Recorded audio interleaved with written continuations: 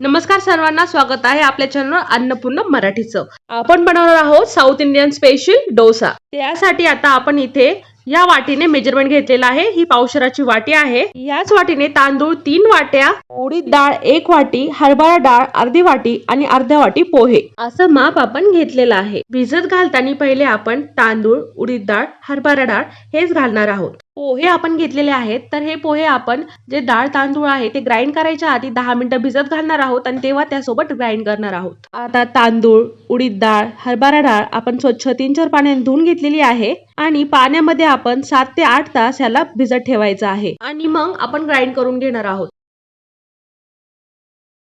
7 ते 8 तासांनी आपण ते दळून घेतलेलं आहे। पोहे सुद्धा आपण दळायच्या आधी 10 मिनिटं भिजत घातली होती आणि तेही या बॅटर मध्ये दळलेले आहेत। बॅटर दळून घेतल्यावर तुम्ही ते रात्रीभर फ्रीज मध्ये ठेवायचं आहे। फ्रीज मध्ये ठेवल्याने बॅटर खूप चांगलं राहतं, त्याला कोणताही आंबट वास येत नाही। आठवडाभर तुम्ही आरामशीर हे वापरू शकता, तसंच तसंच राहील। साऊथ इंडियन स्टाईल डोसा म्हटलं की साऊथ इंडियन स्टाईल हिरवी चटणी आलीच। तव्यामध्ये तेल टाकून आपण हे सर्व भाजून घेतलेलं आहे। स्लाइस केलेला कांदा, हिरवी मिरची, स्लाइस केलेला टोमॅटो, शेंगदाणे, खोबऱ्याचा किस आणि कोथिंबीर। आता हे सर्व आपल्याला ग्राइंड करून घ्यायचं आहे। मिक्सीचा जार घेतला, त्या सर्व टाकून घेऊ।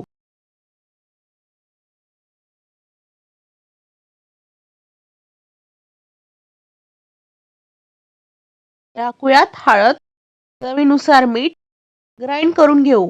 थोडं थोडं पाणी टाकून ग्राइंड करायचं आहे।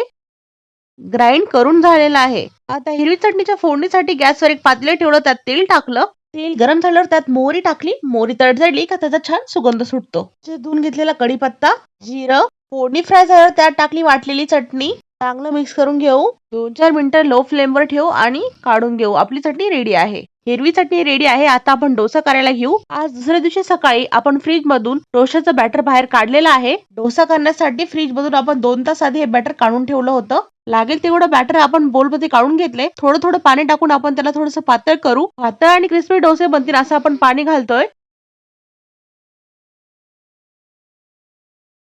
चवीनुसार मीठ।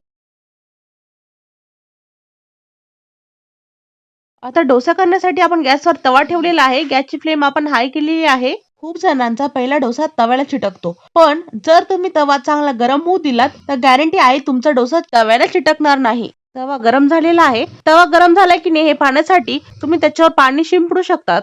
पाण्याचा जर आवाज आला म्हणजे तवा तापलेला आहे। आता आपण तव्यावर टाकले तेल आणि मी असं गोल गोल फिरून तवा सगळीकडे तेल पसरून घेत आहे आणि तव्यावर जे एक्स्ट्रा तेल आहे ते आपण वाटीमध्ये काढून घेऊयात। तव्याला तेल पसरून घेतल्यावरही आपण 2 मिनिटं थांबणार आहोत, म्हणजे तेल तापेल। पातळ डोसा हवा तसा आपण बॅटर पसरवून घेऊ।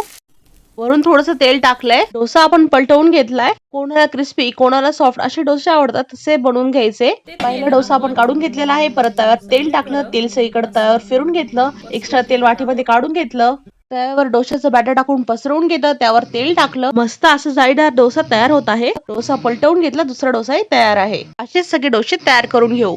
तयार आहे साऊथ इंडियन स्पेशल डोसा। त्याबरोबर आपण सर्व केले ग्रीन चटणी आणि टोमॅटो केचप। खोबऱ्याची चटणी आणि सांबार सोबत तुम्ही नेहमीच खात असाल, अशी हिरवी चटणी तुम्ही नक्कीच बनवा, तुम्हाला खूप टेस्टी लागेल। मग वाट कसली बघताय, तुम्ही बनवा असा क्रिस्पी आणि यम्मी डोसा आणि सोबत चविष्ट हिरवी चटणी। आणि चॅनलला लाईक, सबस्क्राईब, शेअर नक्की करा।